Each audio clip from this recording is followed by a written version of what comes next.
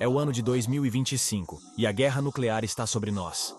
Após 80 anos de quase desastres e ameaças vazias, as relações entre os Estados Unidos e a Federação Russa finalmente culminaram em um conflito nuclear em grande escala. Os aliados dos Estados Unidos da América entram na luta. Bombas americanas são lançadas de locais nos Estados-membros da Organização do Tratado do Atlântico Norte espalhados pela Europa. Bombas russas decolam do esclave de Kaliningrad ao longo do Mar Báltico. Mísseis Tomahawks unem sobre a cabeça. Metrópoles colapsam em vastas tempestades de fogo. Nas primeiras horas, 360 milhões de pessoas estão mortas. Isso é apenas uma fração do total de pessoas que eventualmente perecerão. Como chegamos aqui e como isso termina? Em 6 e 9 de agosto de 1945, os Estados Unidos da América lançaram 2 bombas atômicas nas cidades japonesas de Hiroshima e Nagasaki. Menos de um mês depois, o Japão se rendeu formalmente, encerrando a Segunda Guerra Mundial. Durante a noite, Estados Unidos da América e Japão retaliaram.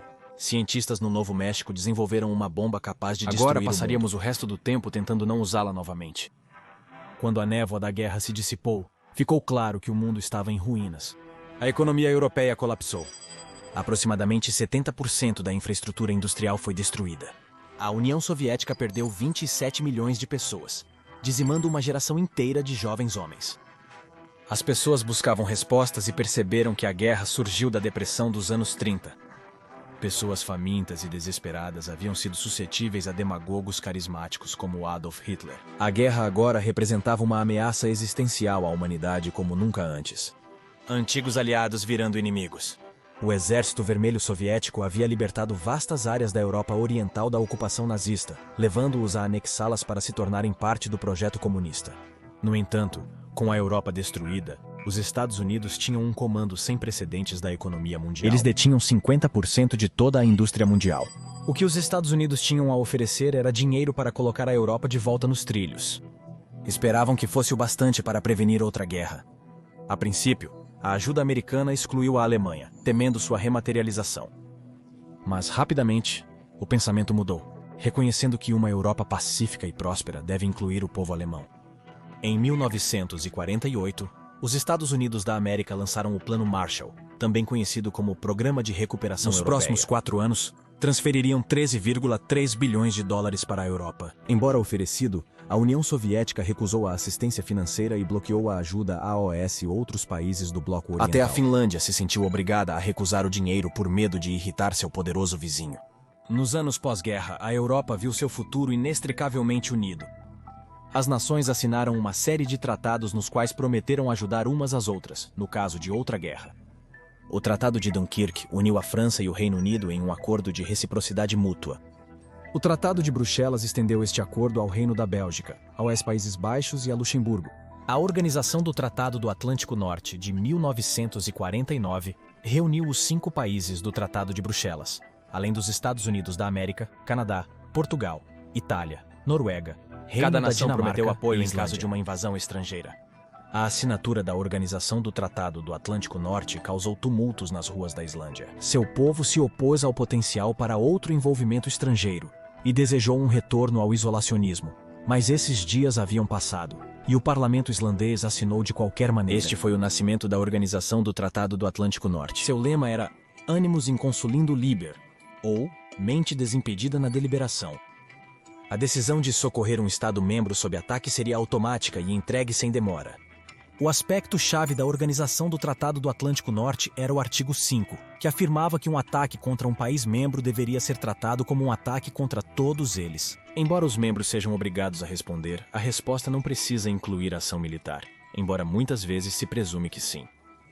Atualmente, a Organização do Tratado do Atlântico Norte reconhece a guerra cibernética como uma frente de batalha válida, o que implica que um ataque cibernético pode acionar o artigo 5 e compelir outros Estados-membros a prestar assistência. No mesmo ano em que a Organização do Tratado do Atlântico Norte se uniu, a União Soviética desenvolveu sua própria bomba atômica, usando inteligência roubada do Projeto Manhattan. O mundo agora tinha 2 superpotências trancadas em um jogo de blefe, com o potencial de desencadear uma devastação nuclear. Em 1954, a União Soviética pediu para entrar na Organização do Tratado do Atlântico Norte, sugerindo a reunificação da Alemanha e a retirada de todas as tropas estrangeiras. A Organização do Tratado do Atlântico Norte rejeitou a proposta soviética. O primeiro secretário-geral foi Lord Ismay, Ele resumiu os objetivos da organização para manter os russos fora, os americanos dentro e os alemães embaixo. Porém, com a União Soviética fortalecendo-se na Europa Oriental, a organização do Tratado do Atlântico Norte necessitava de uma Alemanha Ocidental robusta para conter o comunismo. A Alemanha Ocidental se uniu em 1955, após Grécia e Turquia. Em resposta à rejeição pela organização do Tratado do Atlântico Norte, a União Soviética liderou sua própria versão, chamada Pacto de Varsóvia. Seu nome formal era Tratado de Amizade. A União Soviética teve seu primeiro tratado de amizade e cooperação mútua, mas com o controle ferrenho dos soviéticos sobre seus estados satélites, o acordo era em grande parte supérfluo. Enquanto isso, a França estava irritada com o domínio da liderança da Organização do Tratado do Atlântico Norte, exercido conjuntamente pelos Estados Unidos. O presidente francês Charles de Gaulle pressionou pelo direito de fazer uma paz separada com a União Soviética. Os franceses proibiram armas nucleares de outras nações e iniciaram sua construção. Era a crise dos mísseis cubanos de 1962, quando os Estados Unidos da América colocaram mísseis Júpiter de hidrogênio na Turquia. A União Soviética reagiu instalando mísseis nucleares em Cuba, a menos de 100 milhas da costa americana. Após um impasse tenso, os dois países chegaram a um entendimento. Os soviéticos retiraram suas armas de Cuba, e meses depois, os Estados Unidos da América fizeram o mesmo na Turquia. Após a crise dos mísseis de Cuba, ficou claro que algum tipo de acordo tinha que ser forjado, e as potências nucleares começaram a elaborar um acordo para evitar o desastre. Em 1968 veio o Tratado de Não Proliferação de Armas Nucleares. Países nucleares concordaram em compartilhar tecnologia nuclear para fins pacíficos e buscar o desarmamento. As nações não nucleares signatárias do tratado concordaram em não possuir armas nucleares. Hoje, 191 nações aderiram ao Tratado de Não Proliferação. Porém, Índia, República Popular da China e Estados Unidos da América são ausências notáveis. Israel.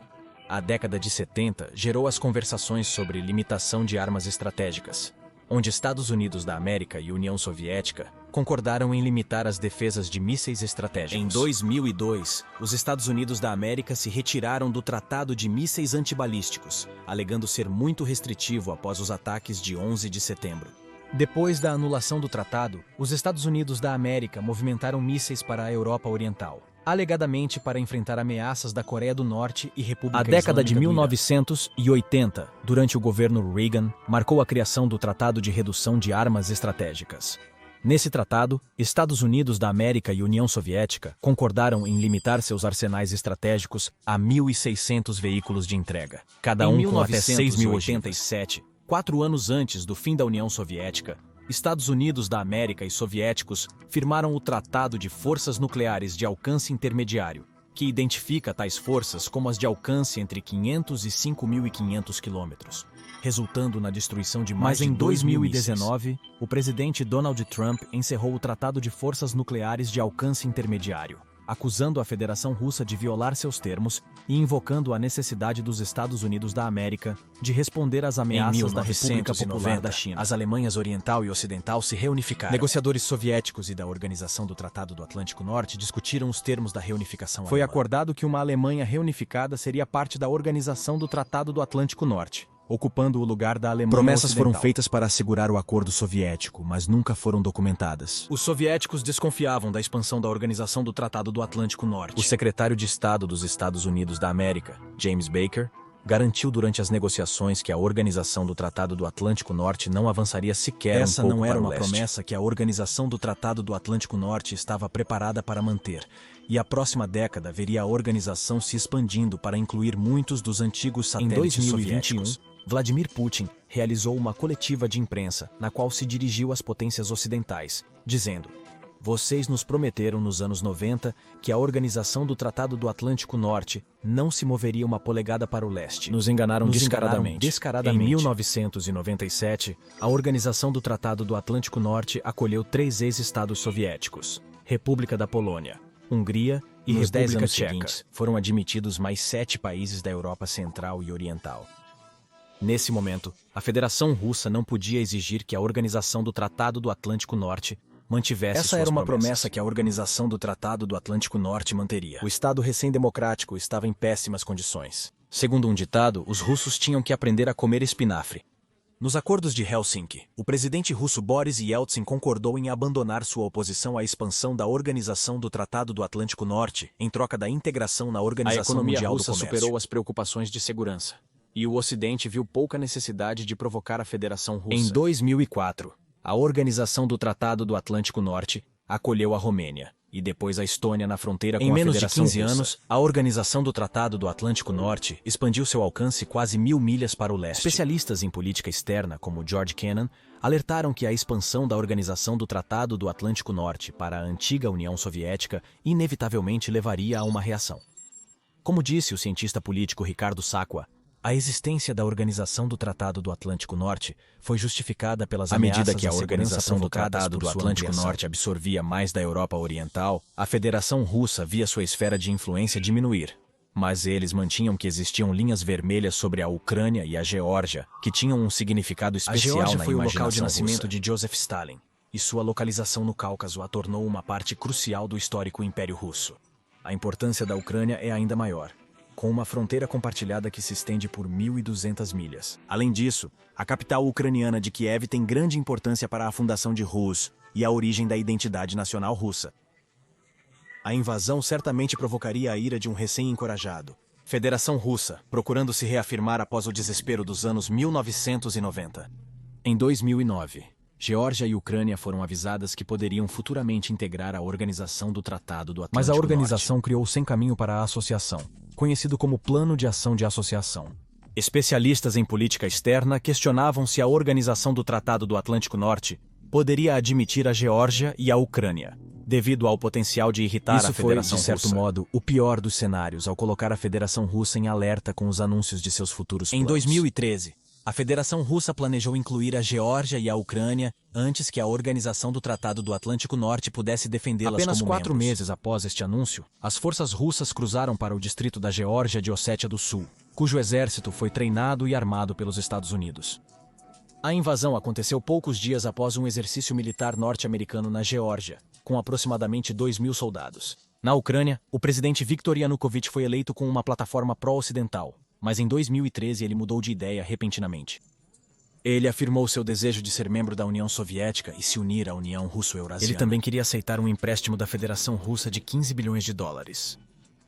Isso levou aos protestos na Praça Maidan, a fuga de Yanukovych para a Federação Russa e, em 2014, a invasão da Crimeia pela Federação Russa. Até 2012, apenas 28% dos ucranianos apoiavam a adesão à Organização do Tratado do Atlântico Norte. Mas, após a invasão da Crimeia, esse número disparou para 69%. A Organização do Tratado do Atlântico Norte respondeu à invasão invocando o artigo 4. Os membros se comprometeram a aumentar as contribuições financeiras para um mínimo de 2% do seu produto interno bruto e aumentaram drasticamente as tropas na Europa Oriental. Em 2019, Volodymyr Zelensky tornou-se presidente da Ucrânia com 70% dos votos. Apesar de ter concorrido com uma plataforma de paz com a Federação Russa, logo se tornou insustentável. Em meio a essas tensões, a Organização do Tratado do Atlântico Norte estava conduzindo exercícios militares na Estônia ao longo da fronteira russa, durante os quais lançou 24 exercícios táticos. Um ataque às defesas aéreas russas foram realizados na fronteira russa. No ano seguinte, Estados Unidos da América e Ucrânia realizaram exercícios navais conjuntos no Mar Negro com 32 países. Em uma reunião em 2021 em Bruxelas, a Organização do Tratado do Atlântico Norte reafirmou seu compromisso de estender a adesão à Ucrânia. Em fevereiro de 2022, a Federação Russa intensificou sua guerra na Ucrânia. Putin chamou isso de uma operação militar especial. Em outubro, o presidente Biden admitiu o risco de uma guerra incontrolável, afirmando que o mundo estava mais próximo do Armagedon desde a crise dos mísseis de Cuba. Em fevereiro de 2023, a Federação Russa elevou seu status oficial de alerta nuclear, advertindo o Reino Unido que corria o risco de provocar um tsunami radioativo. Menos de um dia depois, os Estados Unidos da América elevaram seu status de alerta para a condição de prontidão de defesa 3 pela primeira vez desde o rescaldo de 11 de setembro. Os Estados Unidos da América e Federação Russa reservaram o direito de uso preventivo de armas nucleares, não só em reação a um ataque nuclear do adversário. Durante sua campanha presidencial de 2020, Joe Biden prometeu adotar uma política de não uso primeiro. Mas sua revisão de postura nuclear de 2022 não incluiu tal mudança. Ambos os países recorrerão ao nuclear se enfrentarem uma ameaça à própria existência. O que constitui uma ameaça existencial? É impossível saber com antecedência. Tal ameaça pode ser interpretada de forma ampla. A conveniência dita. De fato, Putin regularmente fala da organização do Tratado do Atlântico Norte em termos existenciais, acusando-a de tentar enfraquecer, dividir e finalmente destruir a Federação Russa. Ele jurou usar todos os meios à sua disposição se sentir que a integridade territorial da Federação Russa está ameaçada. Essa integridade territorial agora inclui grande parte da Ucrânia. Um autocrata pode ver o futuro de seu regime tão entrelaçado com o futuro do país que uma ameaça existencial ao regime é vista como uma ameaça ao país. Estados Unidos da América e Federação Russa podem recorrer ao nuclear se a nação for ameaçada existencialmente. A guerra na Ucrânia pode terminar com Putin ainda no poder? Não está claro como tal mudança poderia ser permitida a acontecer. Logo, se Putin não quiser acabar com a guerra sem uma vitória russa total, a guerra nuclear parece inescapável. Mas quão ruim poderia ficar? Vamos aprofundar nos arsenais nucleares ao redor do mundo. Juntos, Federação Russa e Estados Unidos possuem 90% das armas nucleares do mundo. Os Estados Unidos da América possuem 5.400 armas nucleares. 1.744 estão prontas para lançamento. A maioria está armazenada em submarinos e silos no interior americano. 100 armas nucleares estão nos Estados-membros da Organização do Tratado do Atlântico Norte na Europa. Acredita-se que a Federação Russa tenha ainda mais armas prontas para lançamento, embora sua habitual obscuridade torne isso impossível de verificar. A tecnologia de armas deu passos enormes desde as bombas lançadas em Hiroshima e Nagasaki. A mais mortal é a bomba de gravidade B-83. Estados Unidos da América e Federação Russa consideram a opção nuclear. A bomba B-83 é 80 vezes mais potente que as de 1945. Os mísseis são mais precisos, tão precisamente programados e informatizados que os Estados Unidos da América quase pararam de testá-los. Armas como o Status 6, conhecido como Poseidon na Federação Russa e Canyon nos Estados Unidos da América, são torpedos de longo alcance projetados especificamente para contaminar radioativamente grandes extensões de terra, tornando-as inúteis para atividades militares e econômicas. Também não podemos ignorar a possibilidade de uma guerra nuclear. De um acidente com detonação nuclear. Como aconteceu antes, tal incidente pode convidar uma enxurrada de retaliações nucleares antes que fique claro que a ofensa original foi involuntária. Em 2017, um míssil de cruzeiro movido a energia nuclear chamado Burevestnik caiu no Mar de Barents, ao norte da Federação Russa, e uma missão de resgate foi lançada. Em 2019, ocorreu um acidente em uma área de testes próxima, matando 5 pessoas, o que foi amplamente acreditado estar relacionado ao programa Burevestnik. Embora fontes oficiais tenham afirmado que a explosão não era nuclear, repórteres independentes notaram aumento nos níveis de radiação e a evacuação de vilas próximas. Armas nucleares ilustram o dilema de segurança, onde ações de um país para aumentar sua segurança, como ampliar seu arsenal nuclear, fazem outros países se sentirem inseguros. Sem tratados de desarmamento, a proliferação é infinita, cada lado reforçando suas defesas em resposta ao outro. A invasão russa da Ucrânia levou a Suécia e a Finlândia a buscar a adesão à Organização do Tratado do Atlântico Norte. O ex-presidente russo Dmitry Medvedev advertiu que isso isenta a Federação Russa de sua promessa de não posicionar armas nucleares na área ao redor do Mar Báltico. Mas os oficiais lituanos dizem que a Federação Russa sempre teve armas nucleares na região de Kaliningrado, que é aquele pequeno pedaço da Federação Russa no Báltico, separado do resto do país. Os Estados Unidos da América mantêm armas nucleares em 5 países da Organização do Tratado do Atlântico Norte. França e Reino Unido mantêm suas armas nucleares, superlotando o continente. Tratados nucleares permitiram que quase 80 anos passassem sem o uso de uma arma nuclear. Todavia, até o uso de armas nucleares pequenas e direcionadas poderia ser como romper uma forte barragem, quebrando um tabu que nos garantiu segurança. Putin, por sua vez, negou que tal tabu exista.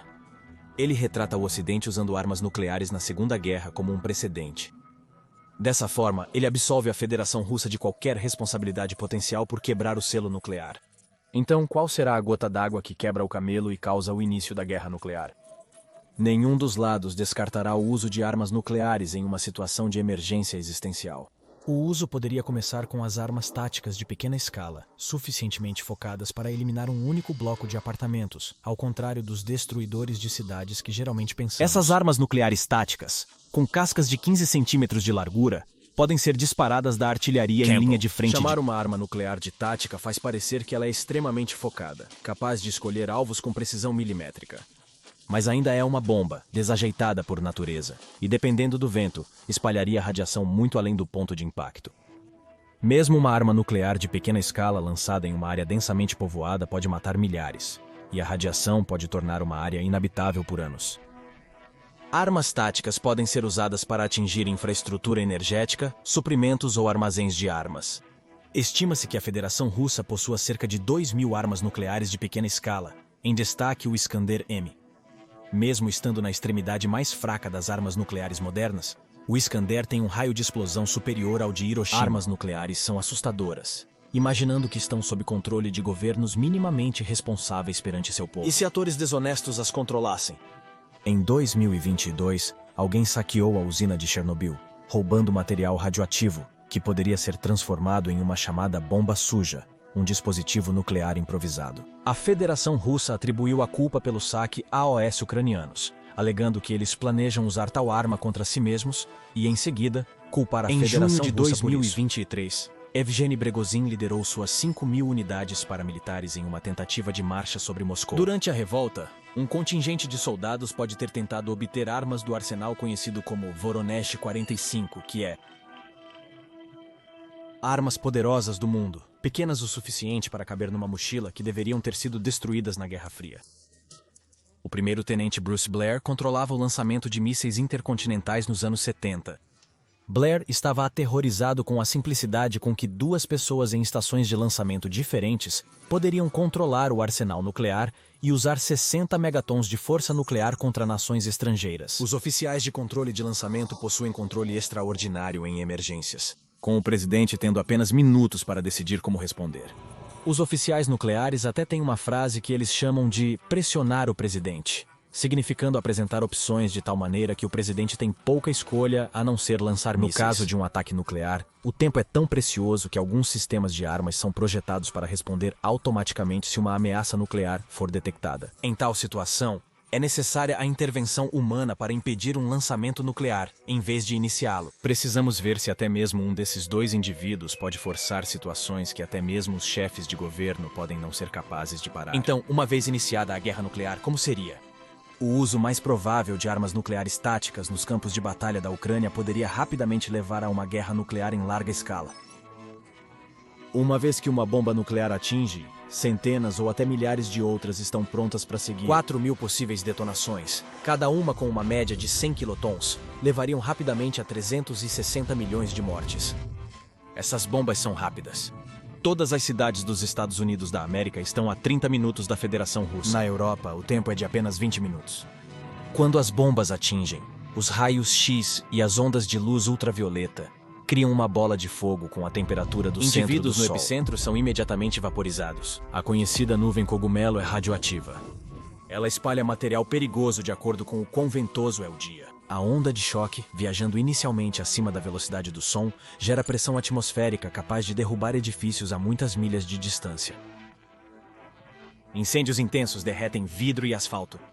Um míssil nuclear moderno guiado por precisão contém várias quilotoneladas de TNT. A detonação envia uma explosão de radiação que dura menos de um segundo, mas é mortal até a 1 milha de distância. Um flash térmico causa queimaduras de 1º grau a até 8 milhas de distância. Uma ogiva nuclear moderna de 300 quilotons é quase 10 vezes mais poderosa do que as bombas lançadas em Hiroshima e Nagasaki. Se ocorresse em Nova York, tal explosão mataria 1 milhão de pessoas em 24 horas e causaria um incêndio de 6 milhas de diâmetro. Nossa melhor ideia de como seria uma guerra nuclear vem dos ataques dos Estados Unidos da América a Hiroshima e Nagasaki. 140 mil pessoas em Hiroshima e 73 mil em Nagasaki morreram, seja instantaneamente ou dentro de 5 meses após o impacto. Em um raio de 1 milha do local da explosão, as vítimas foram carbonizadas, com a pele totalmente descascada do osso. Alguns foram rapidamente transformados em esqueletos, com toda a carne se vaporizando. Muitos sobreviventes foram afetados pela doença da radiação aguda. As vítimas sofreram de diarreia sanguinolenta, queda de cabelo e febre. Alguns morreram. Talvez as taxas de câncer não fossem tão ruins quanto temido inicialmente. Uma guerra nuclear total enviaria muitas mais bombas voando pelo globo. Ainda mais preocupante do que as vítimas imediatas são os efeitos no clima e no meio ambiente. Grandes tempestades de fogo lançarão nuvens de poeira preta na atmosfera, formando nuvens maiores que as da Segunda Guerra Mundial. Não apenas as armas atuais são mais potentes, mas cidades-alvo prováveis, como Moscou, Ucrânia, Nova York e Londres, têm alta densidade populacional, gerando mais detritos para serem lançados ao ar. Haverá tanta poeira que plumas de fumaça subirão acima do nível das nuvens e entrarão na estratosfera. Nesta altitude, nenhuma chuva pode cair para lavar a poeira. Em vez disso, estará diretamente exposta à luz solar, o que fará a poeira subir ainda mais, até 50 milhas acima da Terra, na mesosfera, onde permanecerá por até uma década. As correntes de jato espalharão a fumaça pelo hemisfério norte em questão de dias. O planeta então entraria em um inverno nuclear, com as temperaturas globais caindo em média 16 graus Fahrenheit, mais frias do que as temperaturas durante a última era do gelo. As latitudes do norte são mais afetadas pela queda de temperatura, e aqui a agricultura é reduzida a uma fração da produção normal, devastando as populações da Europa, Federação Russa e Canadá. Em um planeta de 8 bilhões de pessoas, 5 bilhões morreriam de fome. Este é um futuro que ninguém na Terra deseja. Portanto, como evitar que esse futuro sombrio se concretize? Nossa melhor aposta é ampliando os tratados atuais e criando novos. O atual favorito é o novo Tratado de Redução de Armas Estratégicas. Os termos do tratado foram cumpridos por ambos os lados até 2018 e decidiram estendê-lo até 2026. Enquanto isso, a organização do Tratado do Atlântico Norte pode ter se expandido tanto quanto pode sem provocar a Federação Russa a um grau apocalíptico. A ideia de esferas de influência pode parecer profundamente antidemocrática, mas é uma parte da política global, quer reconheçamos ou não. Ambos os países se recusaram a adotar uma política de não uso primeiro, onde eles se comprometeriam a não usar armas nucleares a menos que o outro lado o faça primeiro. Em vez disso, ambos reservaram o direito de usar armas nucleares em caso de uma ameaça existencial. Deveria estar claro agora que a verdadeira ameaça existencial é a própria guerra nuclear.